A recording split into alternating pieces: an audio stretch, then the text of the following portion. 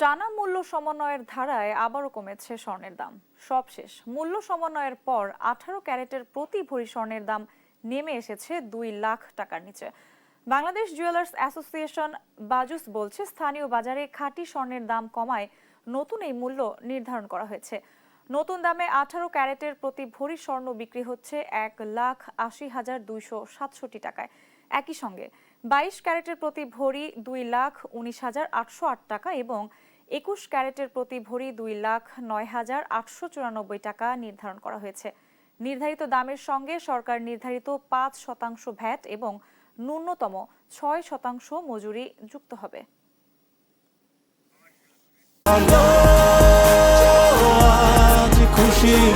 40 বছর ধরে অসংখ্য খুশির মিছিলে ছিল আইডিএলসি, থাকবে আগামীতেও।